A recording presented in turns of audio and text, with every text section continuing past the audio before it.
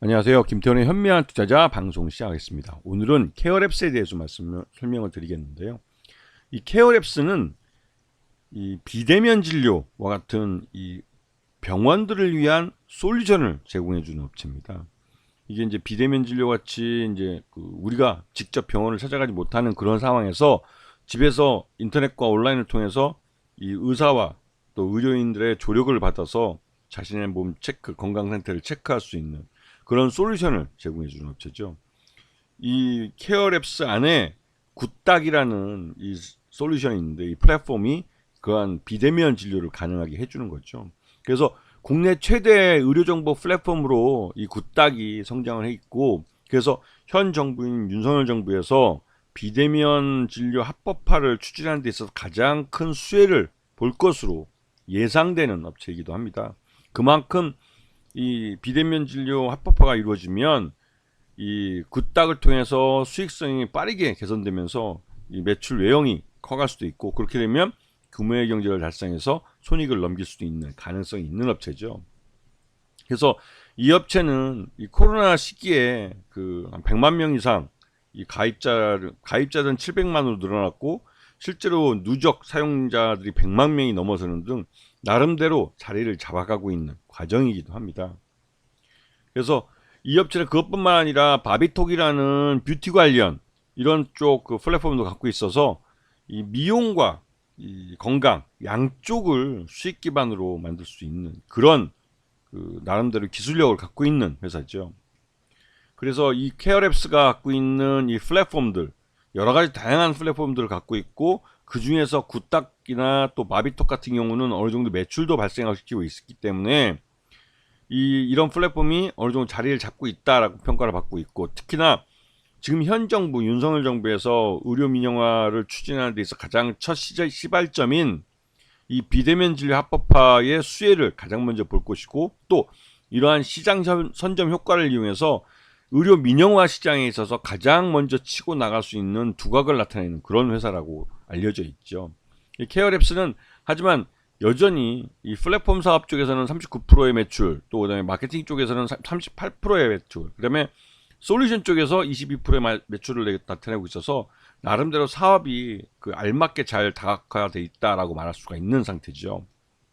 하지만 이 매출 자체가 작년 3분기 기준으로 연결 포괄 손익계산서를 보시면 616억이나 매출의 실체가 있음에도 불구하고 영업 손실을 보고 있어서 아직까지는 손익분기점을 넘겼다고 보기에는 어려운 측면이 있습니다. 그래서 지금 현재 이 의료 관련된 여러 각종 규제 법안들이 있는데요.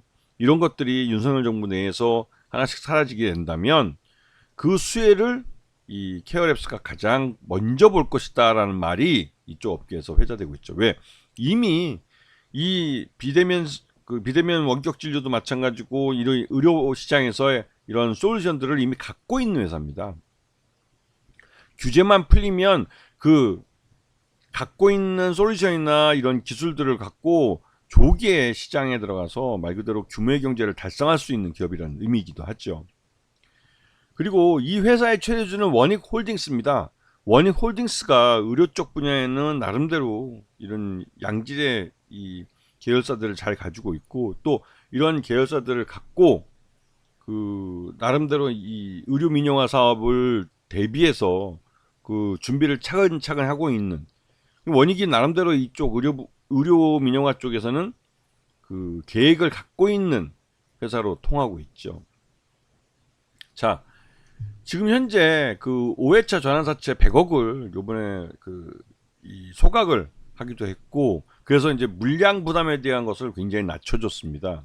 그리고 이 유형 자산인 빌딩, 역삼동에 있는 빌딩을 950억에 매각을 해서 이 매각 차익이 발생하기도 했고, 그래서 이 돈을 갖고 이러한 다양한 신규 투자의 재원으로 활용할 예정이기 때문에 재무구조도 개선되고, 그래서 이번 달 29일 날 이 케어랩스가 돈이 잔금이지만 이게 잔금이 들어온다면, 잔금이 920억이 들어온다면 말 그대로 케어랩스는 현금의 여유를 갖고 사업을 벌이는 거기 때문에 굉장히 좀 유리한 측면에 서게 되겠죠. 다른 비트컴퓨터나 인성정보나 또 유비케어 같은 업체들보다도 오히려 케어랩스가 더 유리한 측면에서 사업을 선도적으로 진행해 갈 가능성이 크죠.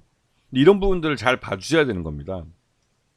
그리고 그래서 케어랩스 같은 경우는 윤석열 정부의 이 비대면 진료 합법화 정책에 가장 큰 수혜를 받으면서 또 한편으로 이 윤석열 정부가 궁극적으로 하고 싶은 건 의료 민영화 쪽이죠. 대형 병원 중심으로 해서. 근데 이러한 그 의료 민영화에 관련된 여러 가지 솔루션을 모두 갖추고 있고, 그래서 이 의료 시장의 시장 변화에 능동적으로 대응할 수 있는 그런 몇 개 안 되는 회사 중에 한 곳입니다.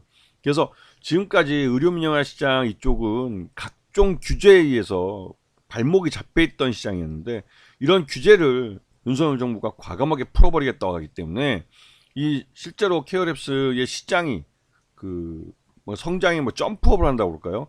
그렇게 시장이 빠르게 늘어날 가능성이 높은 시장을 갖고 있는 것도 사실입니다. 하지만 이 의료 민영화 분야는 이 돈이 있는 사람들에게는 뭐 편리성을 더 개선시켜주고 또 기회를 또 만들어줄지 모르겠지만, 전 국민 의료보험을 무력화시키는 것으로 시작이 되기 때문에 일반 서민들에게는 돈이 없어 치료를 못 받을 수 있는 그런 두려운 상황이 발생할 수도 있는 그런 또 슬픈 그 정부 정책이기도 하죠.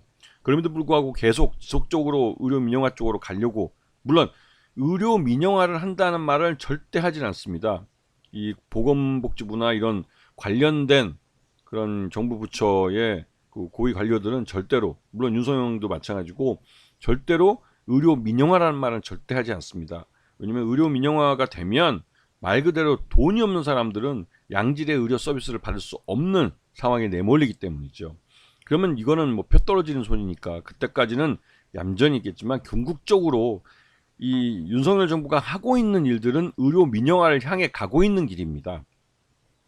정책들의 내용을 하나하나 보게 되면 결국은 궁극적으로 지향하는 게 의료 민영화 쪽이죠. 그리고 또 그런 정책의 방향에 맞게 사업을 준비하고 있는 회사가 케어랩스라는 뜻입니다. 그래서 이러한 의료 민영화에 관련된 업체들은 정부 정책의 수혜를 받는 그런 업체이기도 하고, 그럼 정부 정책의 변화에 따라서 시장이 넓어지는 그런 시장을 갖고 있는 회사들이기도 하죠. 그리고 각 시장만 갖고 있는 것이 아니라 그 시장에서 수익을 낼 수 있는 기술도 갖고 있는 회사이기 때문에, 그런 면에서 케어랩스는 새로운 시대를 맞이하고 있다고 해도 과언이 아닌 것이죠. 아시겠죠? 자, 오늘 방송 여기서 마치겠습니다. 감사합니다.